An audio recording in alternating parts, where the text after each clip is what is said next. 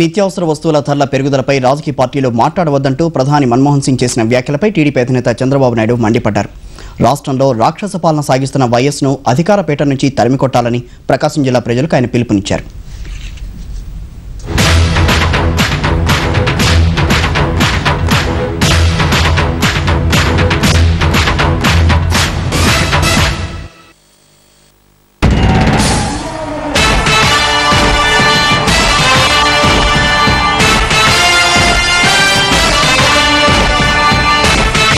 పశ్చిమ ప్రకాశంగా పిలిచే మార్కాపురం డివిజన్లో చంద్రబాబు చైతన్య యాత్రకు ప్రజలు బ్రహ్మరథం పట్టారు.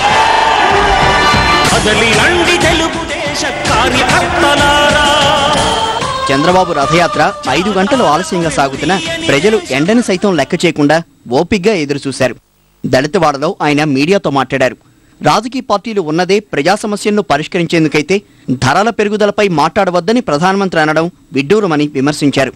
ధరల పెరుగుదల రాజకీయం చేయొద్దండి, ఇది మంచిది కాదని మాకు హితోపదేశం చేస్తున్నారు. అంటే రాజకీయ పార్టీలు ఎందుకున్నా నాకైతే అర్థం కావడం లేదు. ప్రజా సమస్యల పైన స్పందించకపోతే రాజకీయ పార్టీలు ఎందుకు? రెండోది, వీళ్ళు ప్రభుత్వంలో ఉన్నారు. వీళ్ళ చేతగానితనంతో ఈరోజు దేశం మొత్తం పేద ప్రజలు మధ్యతరగతి పూర్తిగా నష్టపోతున్నారు, బాధపడుతున్నారు. వాళ్ళ నడ్డి విరిగిపోయింది, వాళ్ళ పొట్టగొట్టే పరిస్థితి వస్తూ ఉంది. ఇప్పటికి 4 సంవత్సరాలు అయింది. ఆయన ఒక ఆర్థిక శాస్త్రవేత్తగా ఉండుకొని ధరలు కంట్రోల్ చేయలేడు. కంభం సమీపంలోని కందులాపురం గ్రామంలో రచ్చబండ కార్యక్రమాన్ని నిర్వహించారు. కాంగ్రెస్ నాయకులు గత ఎన్నికల్లో ఓట్లు వేస్తే మంచినీటి సమస్యను పరిష్కరిస్తామని హామీ ఇచ్చి ఆ తర్వాత ముఖం చాటేశారని మహిళలు చంద్రబాబుకు వివరించారు. హామీ ఇచ్చి మోసం చేసిన కాంగ్రెస్ నేతలను మళ్లీ గ్రామాల్లోకి రానివ్వద్దని బాబు వారికి సూచించారు.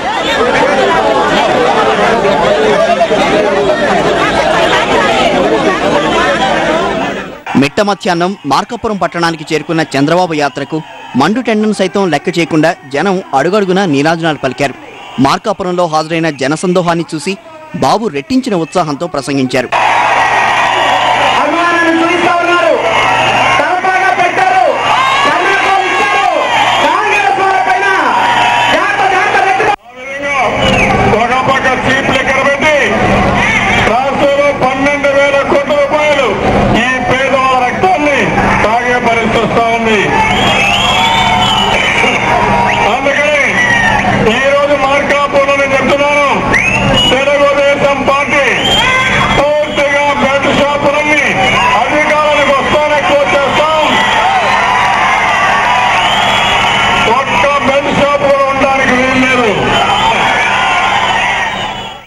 మావోయిస్టు ప్రభావిత ప్రాంతమైన నల్లమల అటవీ ప్రాంతంలో చంద్రబాబు పర్యటన ముగిసేంత వరకు పోలీసులు తీవ్ర ఆందోళనకు గురయ్యారు.